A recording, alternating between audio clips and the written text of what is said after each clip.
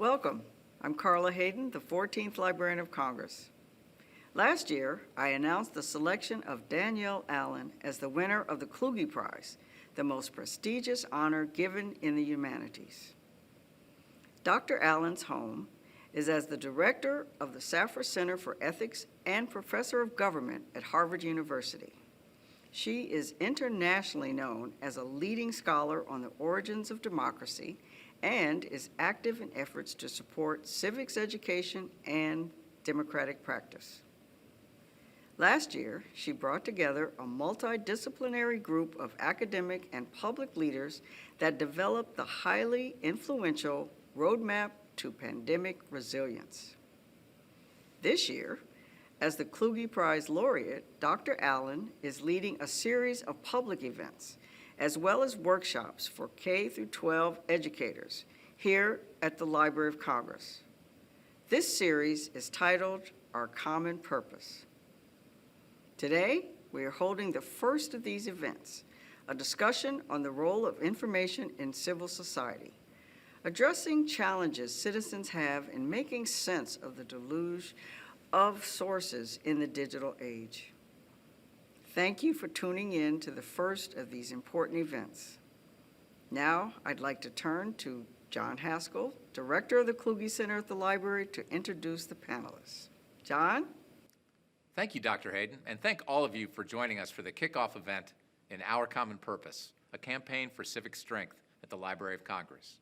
Here we are in the third decade of the 21st century, and there may be no more critical issue facing us as individuals and as a society than how to cope with the information and disinformation that comes into our homes through the internet. Kluge Prize winner Danielle Allen worked with us at the library to put together a panel that would address this challenge from a diverse range of perspectives. Joining us today are Talia Stroud from the University of Texas at Austin, where she is the director of the Center for Media Engagement. Talia is a nationally renowned expert on examining commercially viable and democratically beneficial ways of improving media. Brendesha Tynes comes to us from the University of Southern California, where she is a professor of education and psychology. Brendesha is a leader in the study of how youth experience digital media and how these early experiences are associated with their academic and emotional development. She also looks at equity issues as they relate to digital literacy. She is the principal investigator on several projects, including the Teen Life Online and in Schools Project, a National Institutes of Health funded longitudinal study of online racial discrimination. Finally, Richard Young, who is the founder of CivicLex, a pioneering nonprofit that is using technology, media, and social practice to build a more civically engaged public in Lexington, Kentucky. CivicLex aims to build stronger relationships between citizens and those who serve them. Before I turn the program over to Danielle Allen, I want to recognize the American Academy of Arts and Sciences, which has supported this effort every step of the way. I hope you enjoy this short introductory video.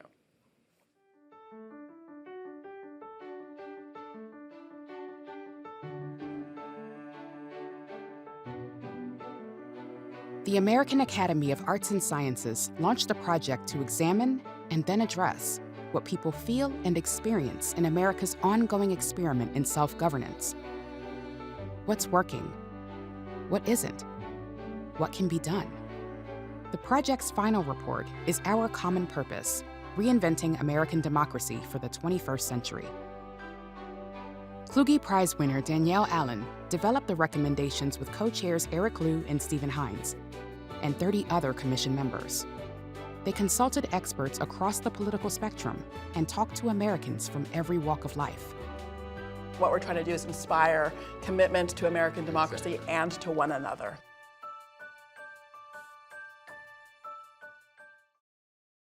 We are at a stage in our history where people feel like democracy is in an extremely fragile state. They feel like partisanship is at extremely destructive levels. We're not listening to each other. Things aren't getting done at the national level. All we see is people yelling at each other on TV.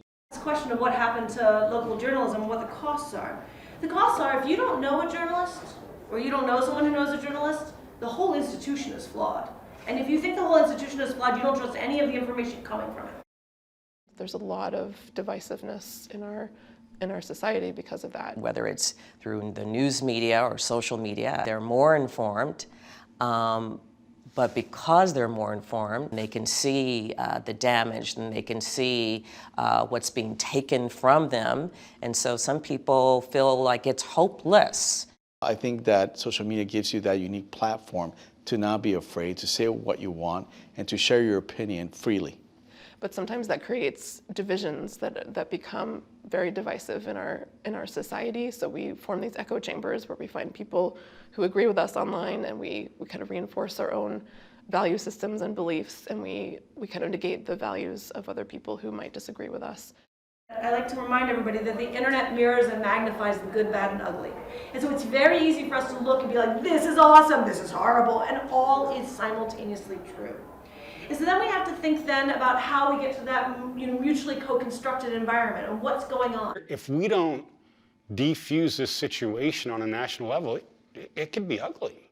And there's a hunger for civil discourse, for problem solving, for finding solutions rather than just scoring political points. I think a good place to start is kind of a call for civility or civil discourse. But if we have an intellectually honest discussion of facts and methodologies and ways to solve our problems, that's far better than just screaming at each other. We've inherited a moment where our news organizations are underfunded and weak and shrinking, where the social media organizations that we once hoped really were going to hold us and nurture us are now in many cases pulling us apart. Again, it comes back to listening to each other, engaging in dialogue, being open to different perspectives, and not necessarily demonizing the other person or the group that thinks differently than you do. If we just watch the news and we watch the impeachment and we hear about kids being locked in cages, then we will lock ourselves out and stop participating. But then you hear about all the amazing work from community organizers, from those working in philanthropy, from all walks of life, people who are still actively participating in trying to find solutions to bridge those gaps. That inspires me.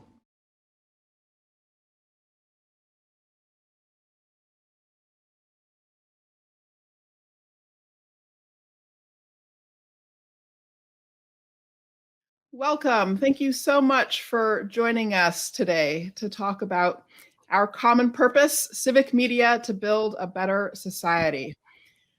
This flows out of work done by a commission on reinventing constitutional democracy, American democracy for the 21st century. One of the core ideas of the work is that any healthy constitutional democracy needs political institutions that empower people and are responsive, a civil society that helps people bridge differences and also provides a healthy information ecosystem, and a civic culture that nourishes a spirit of mutual commitment of all of us to one another and to our constitutional democracy. We need a virtuous circle linking healthy institutions, a healthy civil society, and a healthy civic culture. But today we're just going to think about one aspect of that virtuous circle: our civic media environment, the information ecosystem we live in, and the kinds of social relationships that emerge for us in digital spaces. We've been through a lot of bad and hard stuff over the last year, and a part of that has been about disinformation and misinformation circulating in the media. Some of that has been about abusive behavior that takes place online.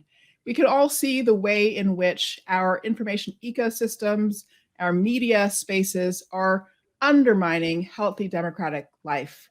So today I'm thrilled to be able to talk with three experts and innovators about the problems they see and the solutions they're bringing to help us all build and use civic media for a healthier, stronger society.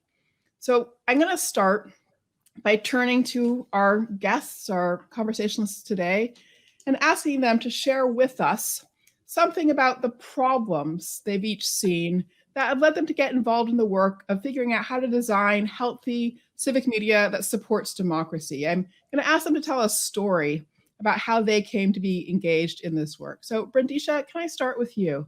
Absolutely. Thank you so much for inviting me to participate. I'm so looking forward to our conversation. I actually got involved in this research as a graduate student, and I was working in Patricia Greenfield, who's a developmental psychologist, her lab, and she had gotten an NSF grant to study sexual identity online. And one week we were all sitting around the table, and we were looking at an Excite, I believe, transcript. And we were supposed to pick out examples of how the participants were expressing their sexual identity. And every other line was a racial epithet, or someone calling a Black person a monkey. And I thought, this is what I'm going to study. And so this is 2001. And since then, I've tried to understand the racial landscape that adolescents navigate online. And then also I've tried to understand the impact that experiencing negative race-related messages online might have on people's mental health, on their academic performance or motivation. And also that led me to think about the critical digital literacy skills that people would need to be able to counter those messages. And I'm curious, Brendesha, if you could share, when you made this discovery of just how much negative stuff there was, how many racial epithets and things like that, did that change your own habits of operating in the digital media sphere, or your own ways of engaging online? It didn't, actually. At the time, I wasn't that engaged with media and technology. I've become more so because I've done it more so because I study it, and so I should be on social media, right?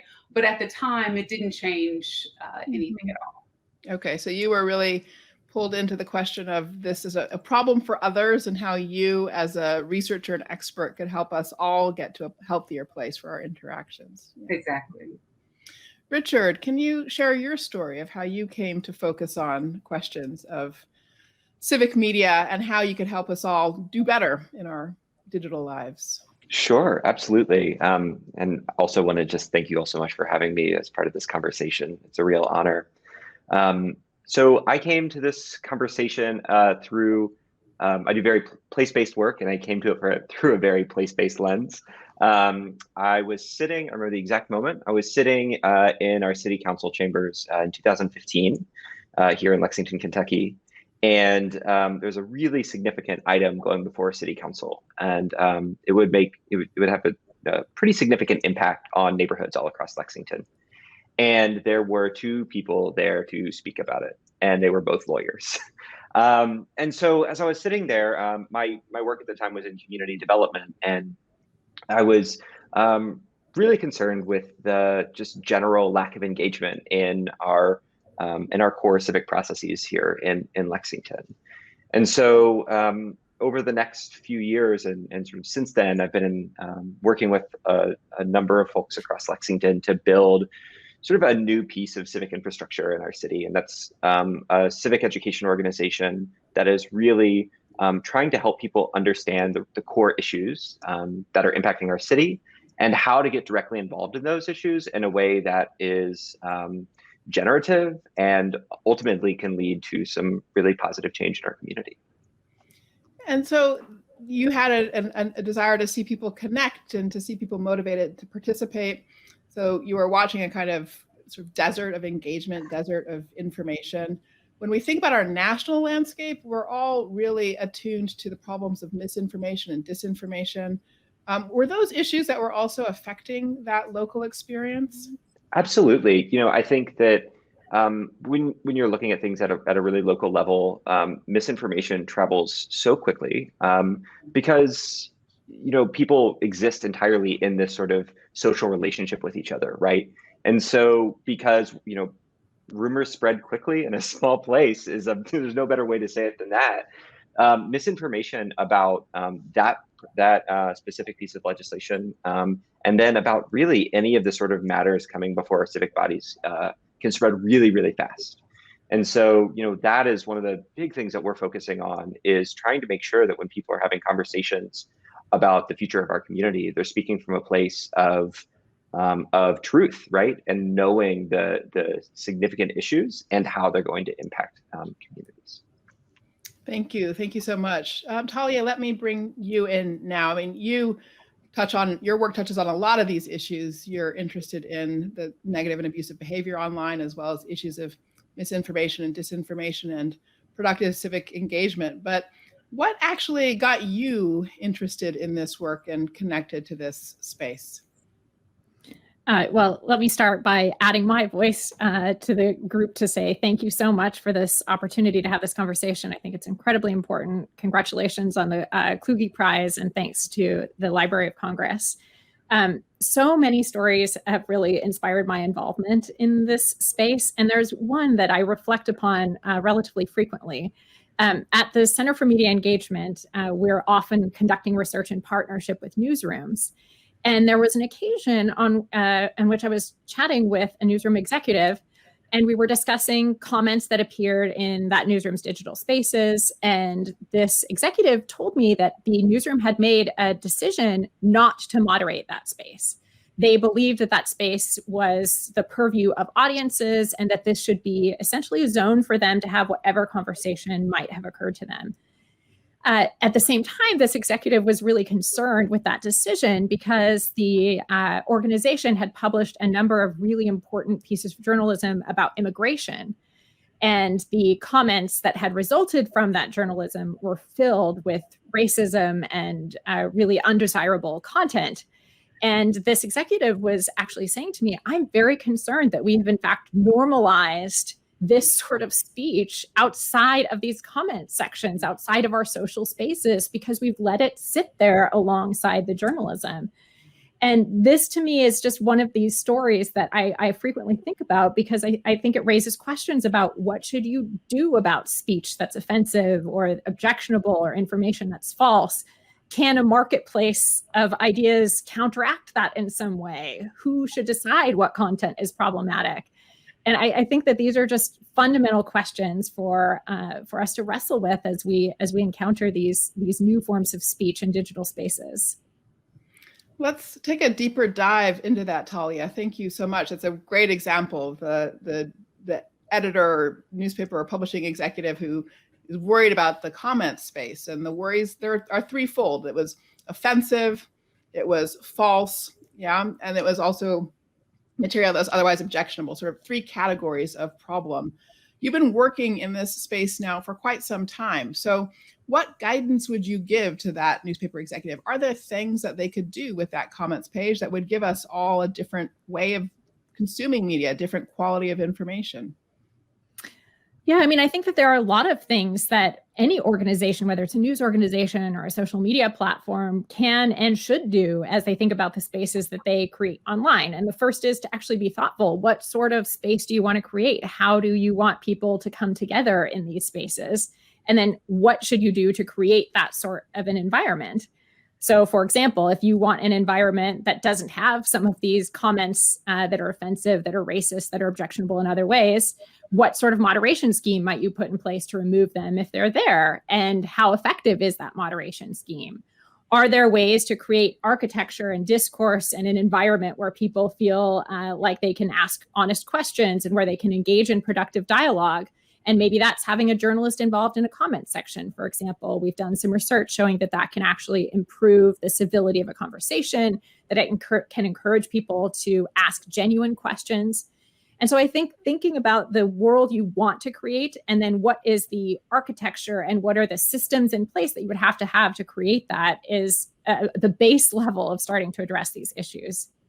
What about the person who says, well, the world we want to create is a world where the First Amendment reigns supreme and actually anything goes at all because that freedom is so fundamental. How do you respond to that line of argument?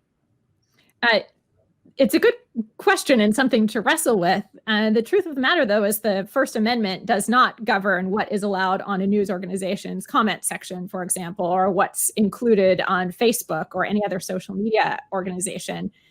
Those organizations actually have the First Amendment right themselves to determine what kind of space they want to create. So I think keeping in mind where the First Amendment begins and ends is actually a really important component of this conversation. Thank you. Thanks a lot.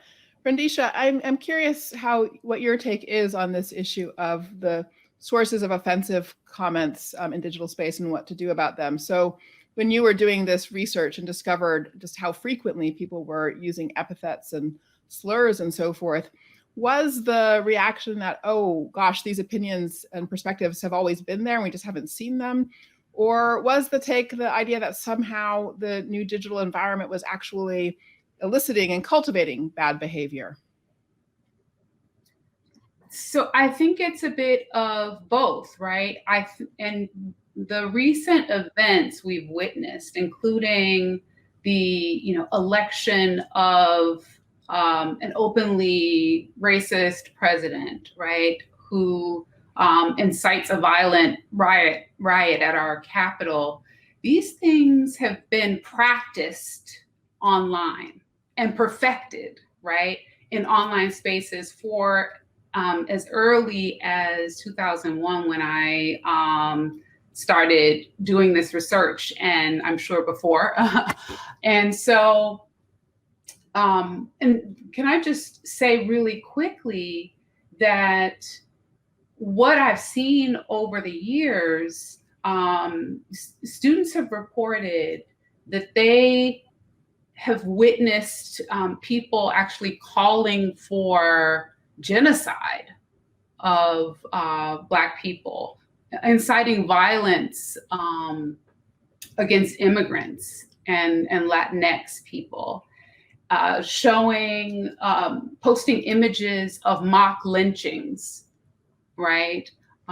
Also saying that Black and brown people shouldn't be allowed to vote, right? And so these are things that, you heard quite often, in face-to-face spaces, but online, it's sort of the mass reach of the content and the fact that people who are like-minded can find each other and sort of express their racist views and model for other people just sort of how to do race in both online and offline spaces. So you would agree with the idea that there's a kind of modeling component that has exacerbated the problem? Absolutely. Yeah. I mean, I myself have received plenty of those kinds of hateful messages. And so I think the data is that there is sort of disparities, that women and people of color are subject to more of this kinds of abuse. Can you say a little bit more about then from a kind of psychologist perspective, what that means in other parts of people's lives? So how do young people process these exposures when they occur?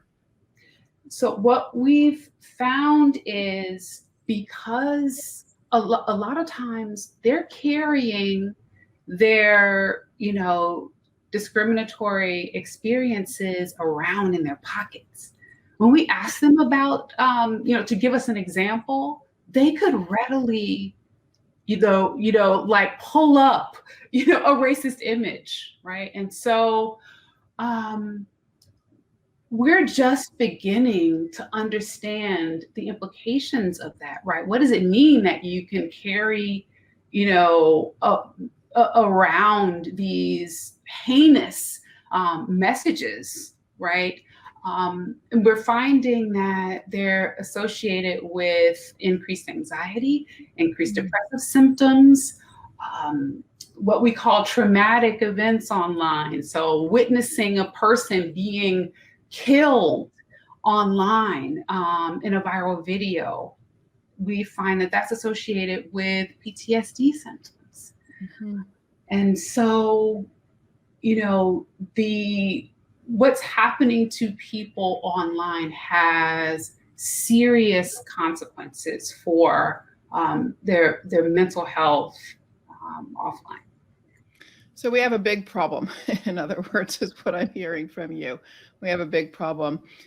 Richard, let me pull you in here and ask you to also take a deeper dive on the problem as you see it. Again, there are the problems of mental health implications of abusive behavior, the fact that rumors travel easily in a small place, as you said, which means people don't have good, solid information for decision making. What else have you seen about the problems with our media environment, with digital tools, as you've tried to do your work in Lexington? Yeah, so, I think that this issue of hate speech really makes its way into civic life in so many ways. And in Lexington in particular, we had an incident back in June where a number of out and out white supremacists called into our council meeting and started doxing council members, and particularly council members of color and women and female council members. And it caused the entire sort of public engagement apparatus of council to shut down for about 6 months, right? So there were no more public comments. There was no way for people to, aside from emailing council members, to advocate for issues, right? This is in the summer of 2020, where there's so much pent up frustration with how our systems are addressing systemic racism, and especially with policing. And so there's all of this, thinking back to the summer when there was no public comment, there was so much misinformation around this sort of collective bargaining agreement that our city was going through with the police department, and all of these different issues. And there was no way for people to actually weigh in on that in the public sphere. And so, I think we have to figure out ways to navigate these really complex issues, especially at the municipal level, right? There were four or five people calling in and verbally assaulting council members is truly terrible. And then it's sort of, how do you actually move forward and create systems that people can engage with what's happening civically without opening up spaces for triggering traumas? And it is a really hard thing to do, especially digitally. And I think we're still struggling with how to implement that as we still have social distancing requirements in place here in Lexington.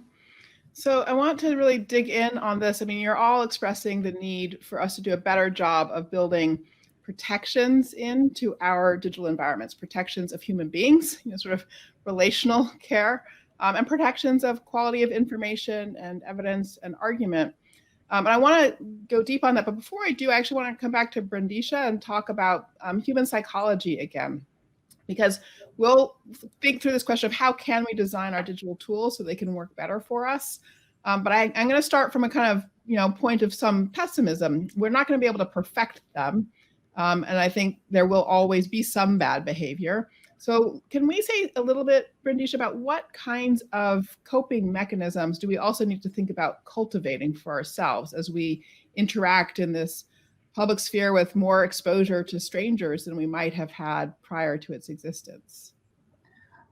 So one of the coping skills that people need is being able to sort of counter the messages, the race-related messages, particularly racist messages that they get online.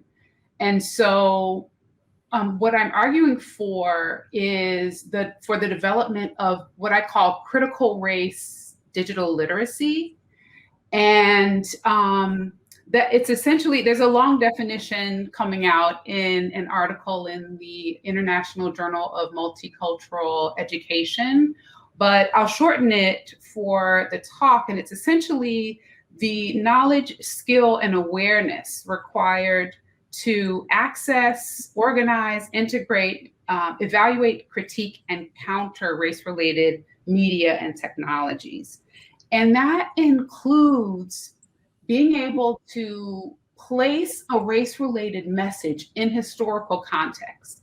And so if you see a Black person being represented as an animal, this has happened for, centuries, right? This racist imagery has been used to justify slavery, right? It's been used to justify a range of oppressive practices, right, against Black people and other people of color. And so I think having people place the messages in historical context will help them to better situate the message, and in some ways it almost takes the sting off the message, right? Because that this is a historical practice that's just being extended into today in a modern day sort of version, right? Also, we are hoping to get people to develop the skill of critical and lateral reading, right? I think a lot of media literacy scholars right now are suggesting that we need to teach people to laterally read the sites that they are exposed to. And so using multiple sites to be able to evaluate information that they've been exposed to. And what we found is really lateral reading in and of itself isn't that useful, right? You also have to have these critical race digital literacy skills, because you could go to other sites and not understand race and still come away possibly misinformed, right, about an issue. It's incredibly complicated. I mean, all kinds of bodies of knowledge and skills that we need to figure out how to cultivate for young people, but also for all of us. Absolutely. Absolutely. So, Richard, I'm coming back to the experience you all had last summer. So you've been working your way through to solutions, probably, I'm thinking. And so what kinds of, what have you discovered? What can be done to protect people from that kind of abuse, or to help people deal with it when it happens and protect the space for positive, productive engagement? Sure. Yeah. So I feel like when we're talking about solutions to this issue, I sort of have to rewind a little bit to before we were operating purely digitally. And, part of the work that we do at CivicLex is really focused on relational development, right? And making sure that people can have sort of meaningful connections, like personal connections to their elected officials, right? And what, for us, the real importance of that, right, is helping people see that, right, their elected officials are not just sort of figureheads that get elected. They're humans that live near them, that go to the same grocery stores as them, and and allowing this sort of in-person connection with each other enables to see people in a more complex lens than they would normally.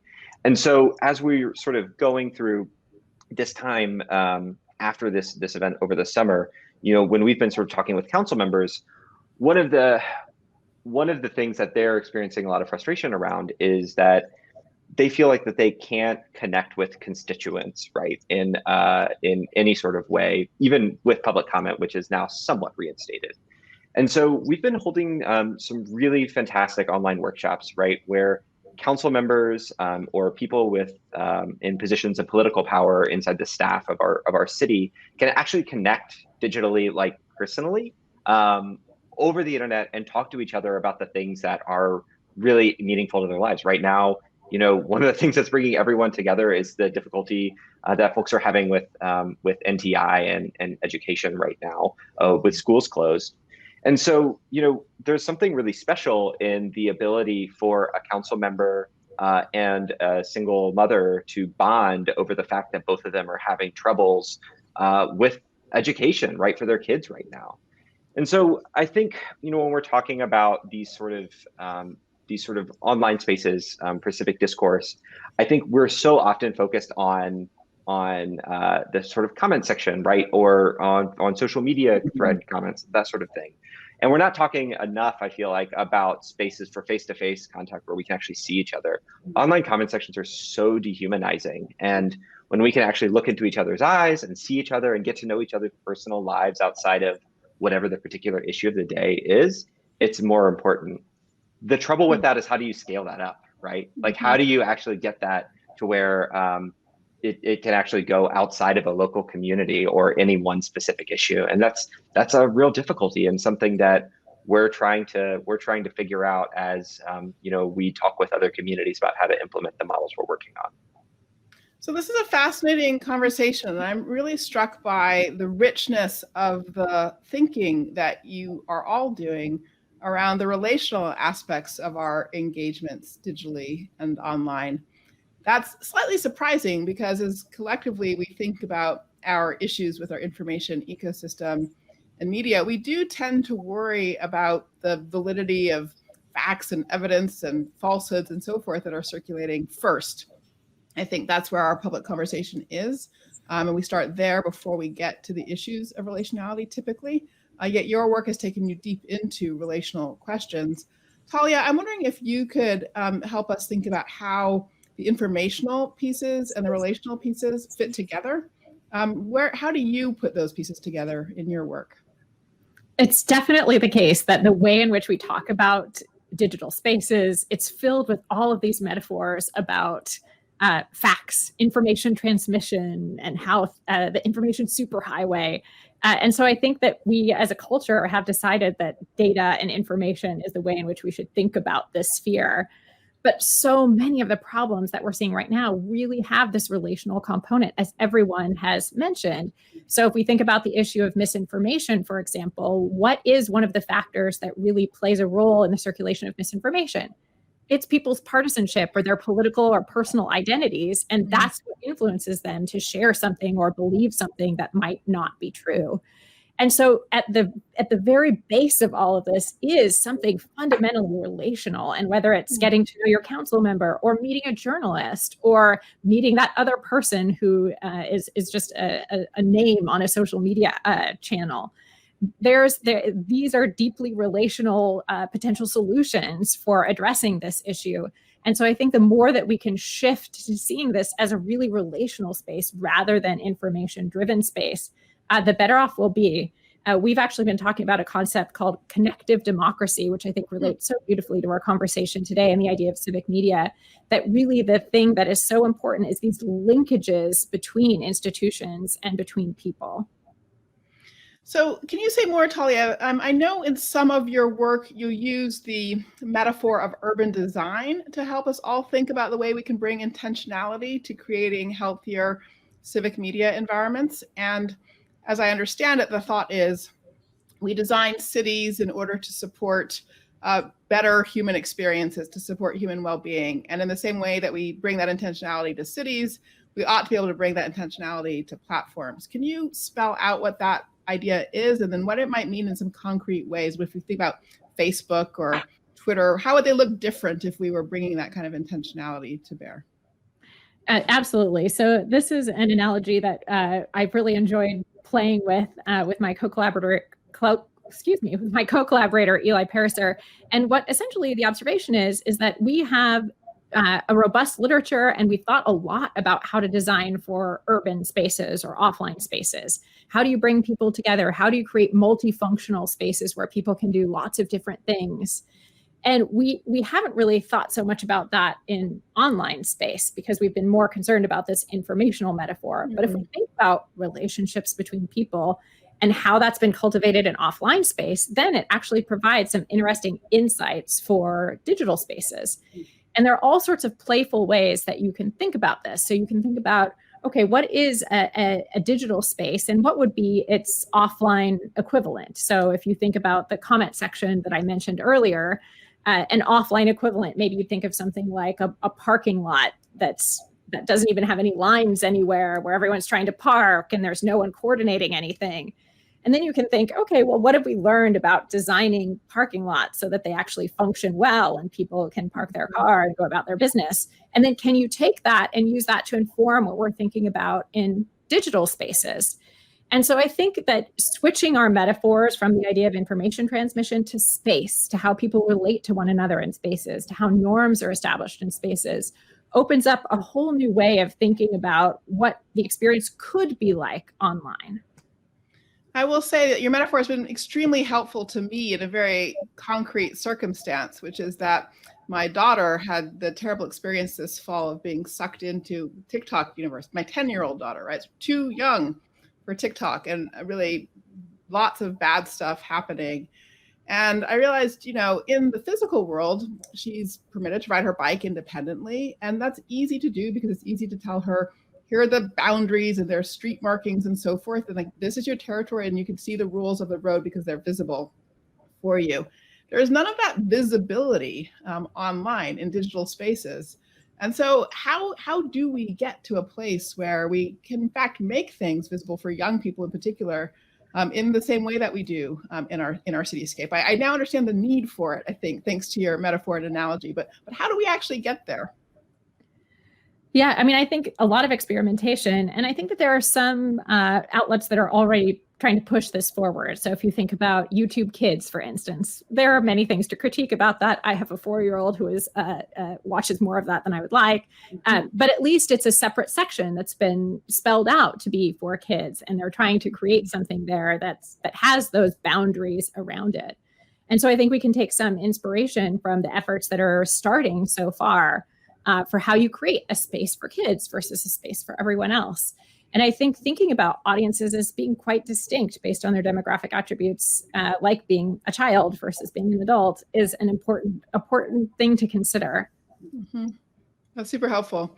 Brendesha, I know you also have been engaged in building things to try to address the problems that you found. Can you share with us some examples of what you've been building to try to help us all here?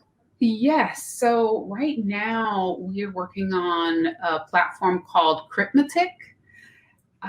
And it's designed to develop critical digital literacy skills, critical race digital literacy skills.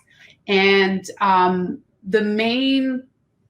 it's basically 8 modules, and we have a toolkit as sort of the main learning experience for students, and they take what they learn in the toolkit and use it in the other modules, and hopefully it guides some of their experiences online. And so what we're trying to do is the historical lens that I mentioned that people need to be able to navigate race-related material, we're trying to develop that historical lens along with the critical lens that people need to consume any sort of material online, but particularly material that is race-related. And so what we're doing is I recently conducted the National Survey of Critical Digital Literacy, and we're using results from that survey to inform the next iteration of Cryptmatic. And hopefully we'll be able to soft launch in the fall with a group of teachers, a group of 8th through 10th grade teachers. That's fantastic. You'll have to share more for folks so they can know how to get involved. Can you share some of the most surprising results that came out of that survey? So right now we just have, we've just analyzed the pilot data. And so we actually, the past couple of weeks, we just got the results from the actual survey that we did in the fall. But looking at some of the pilot data, we noticed that, we had 11 to 19-year-old Black and Latinx participants in the pilot. And we found that many of them actually had had a sort of sophistication around race-related issues where they could point out when something was racist. There was also an issue where people couldn't match the race-related, the skills, the racial literacy skills that they had with kind of their digital literacy skills. And so we found that many of our students lacked what we would call a mastery level of ability to reason about race-related information. So we had 1 to 8% of the sample reached mastery in their reasoning about the material that we gave them. Okay, no, thank you so much. And so I take it you have a pilot for educators. So the materials are probably not broadly open yet, but they may be as you work and redesign and develop over time. Am I understanding correctly? So we'll have for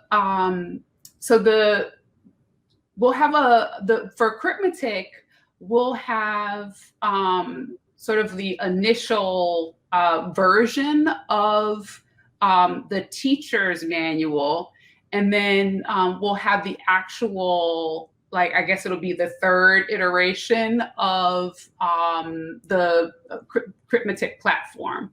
So there'll be 2 parts of it, right? The teacher's manual that helps them to basically use Critmatic in the classroom, and then the actual platform. Wow. Okay. Thank you. That's very exciting. Look forward to seeing that. Richard, so you've built this thing, CivicLex. I'm so excited about what you've built. It's a combination of news organization and public engagement initiative and endeavor. And you yourself raised a question about how challenging it is to scale. I want to talk about the scale question, but before we do, can we dig in a little bit more on the news side of your work or the journalism side of the work? So you've shared about the relational piece, but tell us about the informational piece. And then of course, we'll ask about, how they intersect. Absolutely. Yeah. So much of this conversation is, I feel like, helping me see our work in a little bit of a different light, and which is always really, really exciting. We kind of have, so when we're talking about, we focus specifically on local issues, right? And are focused entirely on just the county that we live in Kentucky, that our organization's based in.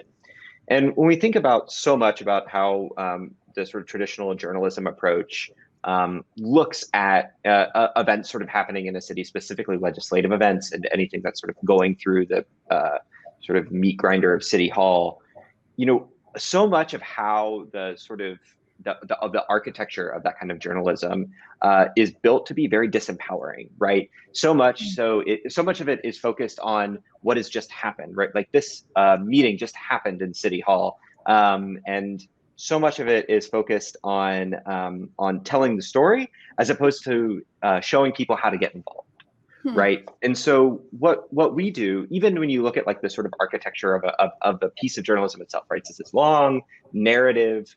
That has so many different threads going in and out of it that you have to sort of be a civic expert to understand each of those threads as they weave in and out of a story. And so what we try and do is take things and break them down into their most base elements and make it really clear. We have a very targeted reading level that we write everything for. Everything's very bullet pointed and very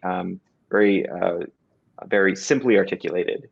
But then instead of covering things that have happened in City Hall, we cover things that are going to happen, right? So each week we put out a piece about something that's happening later that week in a committee of the city council, right? And it'll be, this particular issue.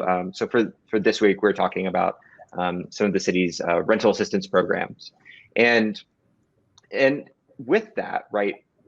We provide all of the information. We provide a little bit of context so that people can understand what's happening in the sort of broader housing landscape in Lexington with that particular issue. But then at the very end of it, we talk about like 6 or 7 very concrete steps that you can take to get involved in that issue, right? So you can email a council member, you can sign up for public comment, those things, right? Which are, very, are the sort of first steps. But then like, how can you actually get on a board and commission, right? How can you start to become part of the elements and the sort of resident-led decision-making processes that are part of the city, right? How can you write an op-ed to be placed in our local sort of daily newspaper? And so for us, it's really about trying to take what I think has been, for a lot of people, stories about what's happening in City Hall always feels like things that are happening to them. And instead trying to sort of make a little bit of an adjustment to provide clear, actionable information for how people can get involved in shaping the place that they live. That's really wonderful, and I can see that it's a very empowering approach to journalism. You're right; it's a real change of the model. But let's come back again to this issue of trusted information and validated information. I mean, I'm sure you're bringing kind of journalistic protocols about fact checking and things like that to your work, but does your community care? Does it make any difference that you're working hard to meet that standard of journalistic professionalism? And how can they even tell that that's what you're doing? Yeah, that's a really great question. I think that so many people, I hear it from people in my own family, right? Like, our local newspaper is fake news, right? I hear that from people that I love very deeply, and I think that so much of it is just a lack of understanding of the actual process of how information for pieces of journalism gets sort of collated and aggregated and turned into a story. And so for us, what we do is we relate everything back to the original city documents, right?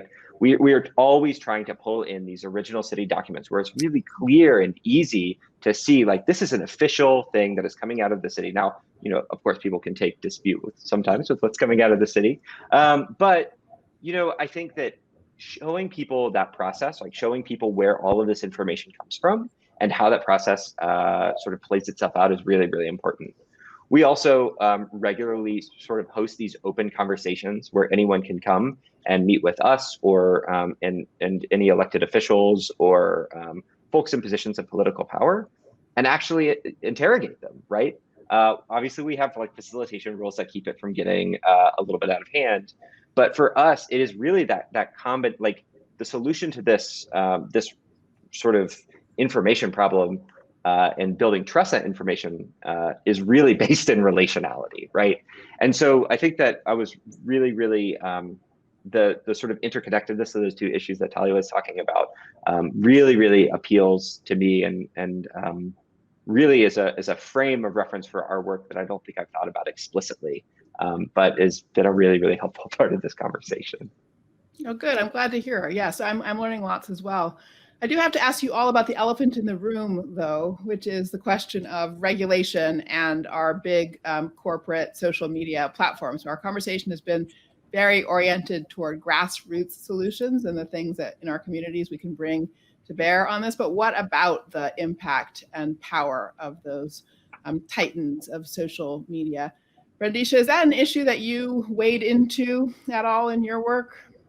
I haven't, but I have been very critical of some of the tools that have been put in place on some social media platforms for sort of detecting racist speech and misinformation. I mean, with racist speech, the algorithm and some of the moderators, right? They often aren't able to pick out when something is racist, right? And so they end up, people who might be, fighting for social justice online, right? They may post something that, the moderators deem as racist, or the algorithm picks up as racist, right? And so, that material gets reported.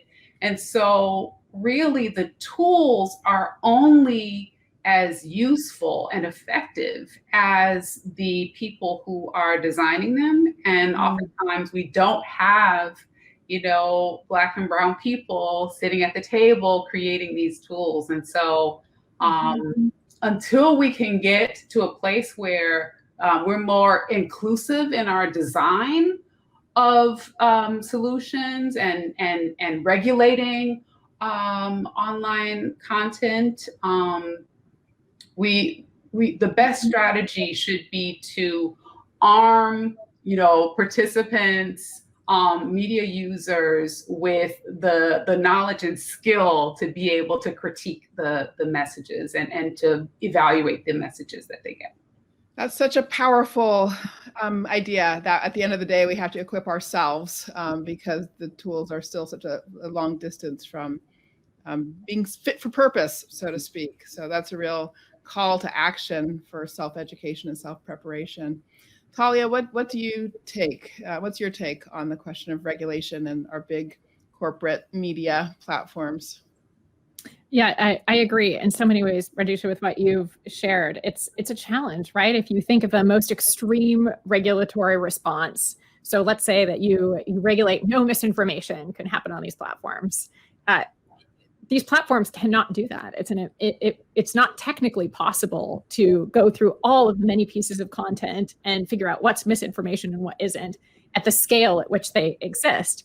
It may be possible in smaller forums, like if you have a newsroom and it's one comment section and you're really dedicating yourself to that pursuit. So the regulatory part is tricky when the scale is so massive. What regulation can you put in place that can actually be carried out given the algorithms and opportunities that exist right now? So I think that the real trick, and the thing I keep thinking about with regulation, is like what is actually technically feasible for corporations to put into place. And I think the call for self-education is a really important one, because no matter what regulation is there, no matter what social media do, there's always going to be things that slip through, which is a point you made earlier. Right. Okay. I was hoping you were going to tell me there was some magic bullet, but I should have known better that they're just the magic bullet.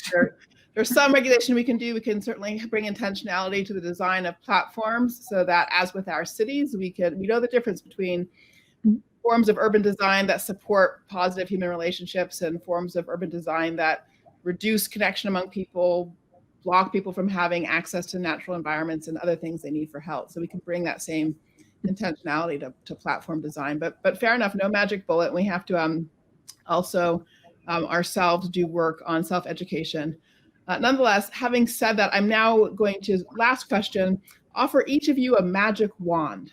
And if you could wave a magic wand and make one thing happen, whether that's a thing that individuals do or a thing that policymakers do or a thing that corporations do, what would be the next thing that you would hope could happen in our world to help us get to that healthy civic media ecosystem we're all yearning for?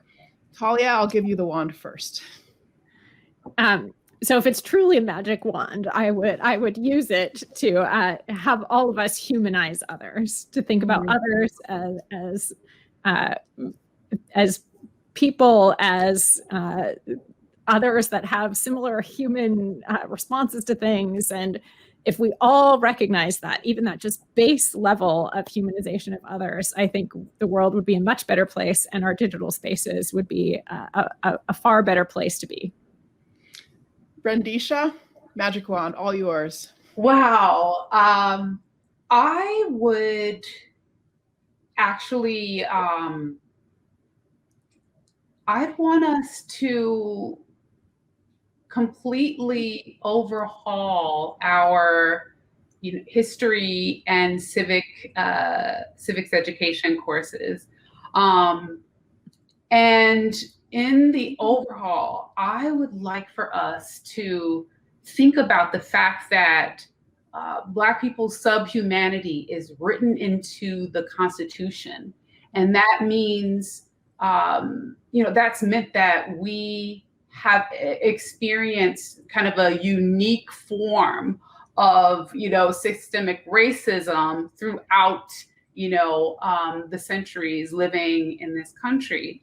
And so I would hope that, in our overhaul, we would have a more comprehensive understanding of our history, and we would tell ourselves more of the truth about, you know, America's history, the racial terror, right?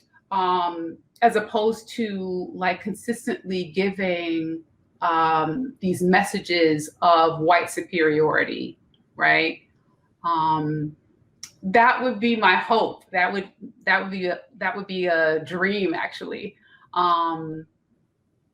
Yeah. So I'm gonna come back.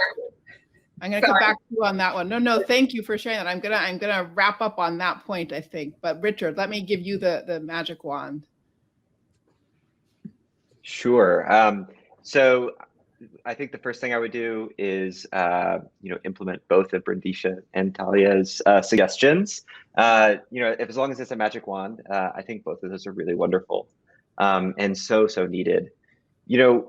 The thing that I'm thinking a lot about is the sort of lack of infrastructure for civic health at the local level, right? Like we are so socially isolated. I mean, it's been especially true over the last year. But even, when we actually can see each other, people from, different backgrounds, different, classes and races, and all of the sort of different ways that we are divided amongst our communities, go to different places, have different sets of friends, have different sets of experiences, and obviously have very different histories with sort of how our society treats them. And so I think, we really need to have a sort of robust civic infrastructure that allows us to connect in the physical space. We spend so much time looking at screens and so much time looking at comment sections on social media and seeing, terrible, hateful things all the time. And to me, the sort of antidote to so much of that is connecting in physical space, face to face, and building truly social relationships where we can depend on each other and see that, my success and my vitality is tied up in Brendesha's and Talia's and yours, Danielle. We're all tied up together, and especially at the local level and in our communities. And, I think that having some sort of support system to allow us a truly sort of healthy civic fabric to develop in communities across the country would go a decent way to sort of addressing some of the ills that we have in our communities.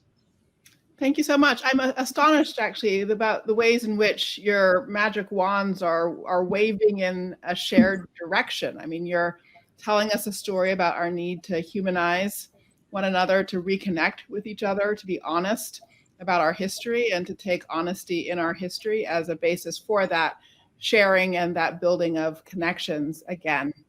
You have, in a certain sense, actually teed up beautifully a subsequent conversation in this series for the Library of Congress. We will take up those issues of history and memory and what it means to weave together our plural stories with facing hard histories, reckoning with truths, being appreciative of the positive we have done together, being able to put the negative and the positive together in a single story.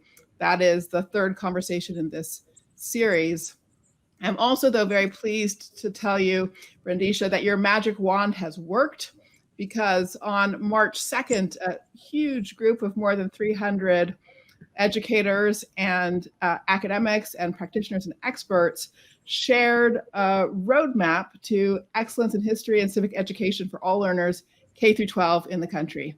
And it is the beginning of a very significant effort to rebuild history and civic learning, and to incorporate that capacity for truth-telling and engagement with our hard histories, alongside bringing people capacity to understand the value in constitutional democracy and in our political institutions, so that we can re-empower and reconnect one another in projects of common purpose. So your magic wands have power, and thank you. Your ideas and wise words do as well.